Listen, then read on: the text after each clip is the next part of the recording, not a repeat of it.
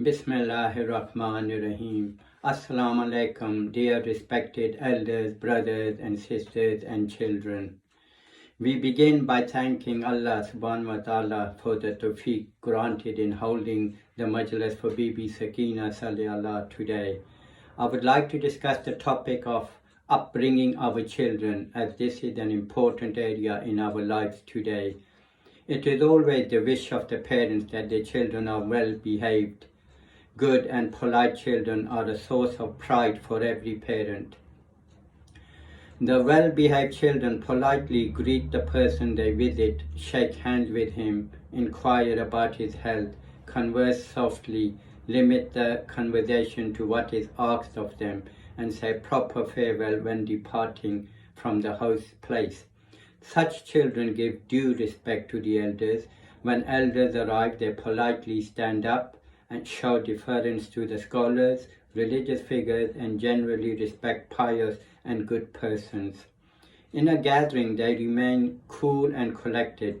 Don't talk loudly. Thank the person who gives them something. Don't interrupt others, particularly the elders during conversation. They say Bismillah, in the name of Allah, the Beneficent, the Merciful, the Islamic grace, before starting to eat. They take small morsels of food. Don't eat excessively.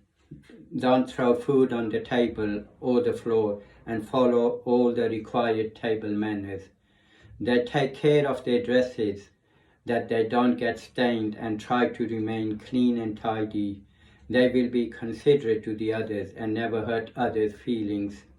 They walk with a decent gait and give the impression of being obedient and decent children. They don't ridicule others with practical jokes, and when someone speaks to them, they listen with rapt attention. It is not only the parents who like polite children, but they are popular with all who happen to interact with them. Impertinent and impolite children are abhorred by all. Imam Ali al-Aslam has said, the best inheritance a father can give to his son is to train him to be polite.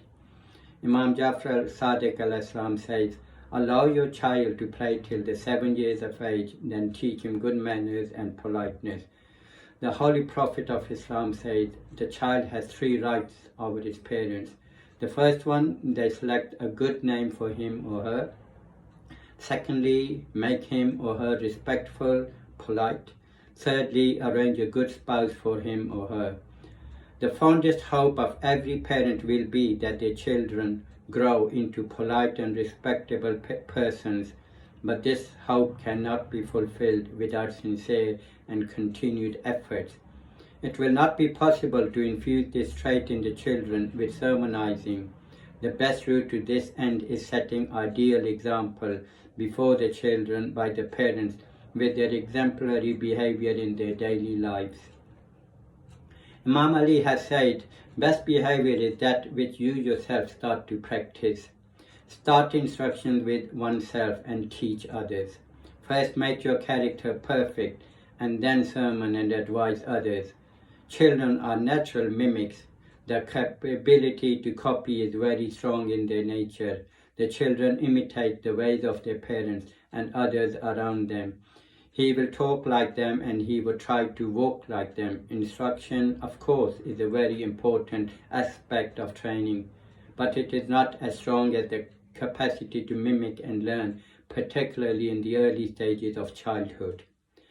The parents who are particular that their children should be polite and well behaved must take special care to see that they are training them by personal examples. If the parents are polite to one another, naturally the children will follow suit. The parents who themselves are devoid of politeness and good manners should not expect good manners from their children. They might lecture the children hundreds of times on the norms of good behavior and politeness, but the children would be behaving under the experience of the attitude of the parents and others in the household. If the parents are impolite and abusive to each other, they will be setting a negative example to their growing children. Children from such homes will be as bad-mannered as the parents, or perhaps more so. Any attempt at correcting them will fall on deaf ears. They will naturally think that the parents are asking them to do what they themselves don't practice. Example is always better than precept. But it is not right to think that lecturing will be totally ineffective. Good parents who also set good example for their children can always talk to them about the norms of good conduct, and they will definitely accept their advice. This advice too has to be given with politeness. There are parents who express their anger rather harshly when they notice the children doing something wrong. Sometimes they might say, "You naughty fellow, why didn't you wish the visitor? Why didn't you say bye to him? Are you dumb, stupid, and mannerless child? Why did you spread your legs impolitely in front of elderly visitors? Why were you noisy while visiting our friend's home? You beast, why do you impolitely interrupt the conversation?" These ignorant parents think that they are correcting their children with such talk. They don't know that good manners are not taught with bad manners. If the child is guilty of any indiscretion, he must be politely cautioned. There should not be others present at such sessions that should be conducted in a cool and friendly manner. The Prophet of Islam used to greet the children and say, "I greet the children," so that greeting becomes their habit. Now, Misab for Bibi Sakina Salih. And tonight we remember the sukoon of Imam Hussain alayhi salam. This Bibi, despite being only 3 or 4 years of age, went through so much misab that it is indescribable. Imam Hussain alayhi salam was the coolness for the eyes of Bibi Fatima sallallahu, and Bibi Sakina sallallahu was the coolness for Imam Hussain alayhi salam. Imam Hussain alayhi salam has been quoted to have said, "I do not like that house which does not have Sakina or Rabab in it." Imam Hussain alayhi salam loved Bibi Sakina a lot, so much that Bibi Sakina would always sleep on his chest. Bibi Sakina's misab started when she had to leave her beloved sister, Bibi Fatima Sughra Salih in Medina. Imagine how that final farewell would have been when Bibi Sakina hugged her sister and had to leave her, never to return to her house again. And on the day of Ashura, the 10th of Muharram, Bibi Sakina gave her mushk to Hazrat Abbas alayhi salam to get some water for her and the children. When Hazrat Abbas alayhi salam went to bring water, the children gathered around Bibi Sakina with their little cups, knowing that as soon as Hazrat Abbas alayhi salam brought any water, Bibi Sakina would first make sure that they had some before taking any herself. When Bibi Sakina saw Imam Hussain alayhi salam bringing the blood-drenched alam, she knew that her uncle Abbas alayhi salam had been martyred. Knowing that her weeping would upset her mother, Bibi Sakina salih would cry silently and quickly wipe away her tears. In the prison in Damascus, she would stare at the flock of birds flying to their nest at sunset and innocently ask Imam Sajjad alayhi salam, "Where are these birds going?" Imam Sajjad alayhi salam would reply, "They are going to their homes, my Sakina." Bibi Sakina would then ask, "And will we ever be going home like those birds flying to their homes?"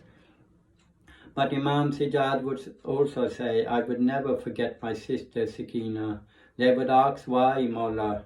Imam Sajjad alayhi salam would say that when he had thorns in his feet and he would be sitting down, Bibi Sakina would ask what the matter is and begun removing the thorns from Imam Sajjad alayhi salam's feet for him.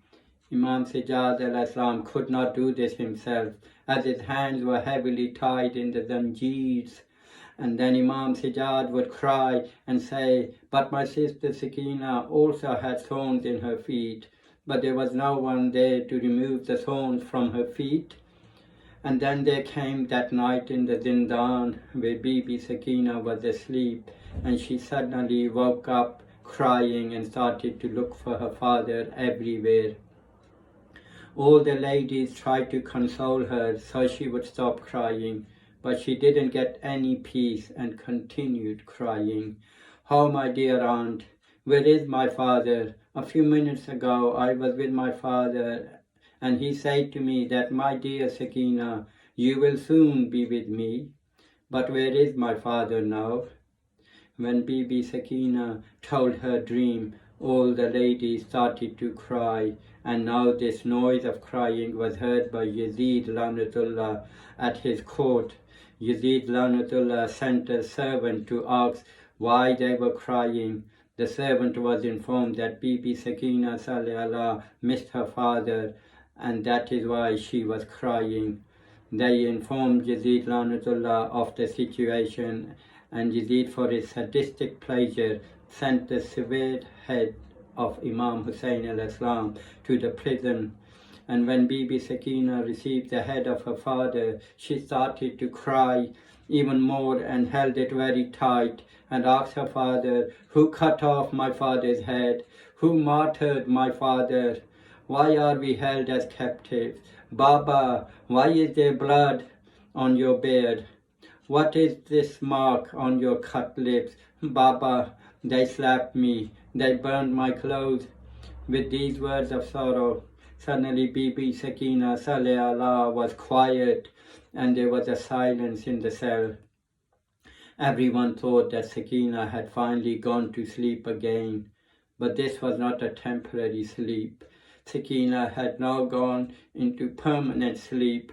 Bibi Zainab called Zain al-Abidin to check the status of Sakina, as they thought she had fallen unconscious.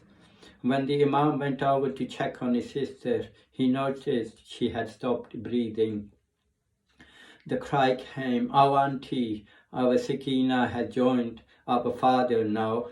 But we finished with this. When the time came for Bibi Sakina's ghusl, the ghusl car came and began screaming. She said to Imam Sajjad al-Islam, "Is this child sick? What did she go through? Why?" Because there were so many bruises on her back, her shirt had become stuck to her skin. Because of the zulm they did to her, therefore Bibi was buried in her ripped, burnt shirt, just like Imam Hussein al-Islam was buried without a coffin. Bibi Sakina was also buried without a coffin. When the time came and they were released from the prison, Bibi Rubab, mother of Bibi Sakina, came to the grave of her beloved daughter Salih Allah, put her cheek on Bibi Sakina and grave and cried out, "Speak to me, Sakina, only a word, my child, speak to me." It was her father Imam Hussein al-Islam who was brutally martyred in Karbala. It was her baby brother Ali Asghar al-Islam who had an arrow shot through his neck. It was her beloved uncle Abbas al-Islam that had both his arms cut off. It was she who spent her last days in a dungeon, the little princess of Imam Hussein al-Islam, the only person to never make it out of that desolate dungeon.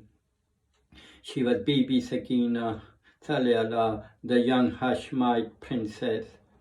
On this occasion of mourning in the household of the Prophet Muhammad, we extend my condolences to the Prophet Muhammad and his Ahlul Bayt and our 12th Imam. May the curse of Allah subhanahu wa ta'ala be on those who inflicted pain upon the Prophet and his holy family. Salawat.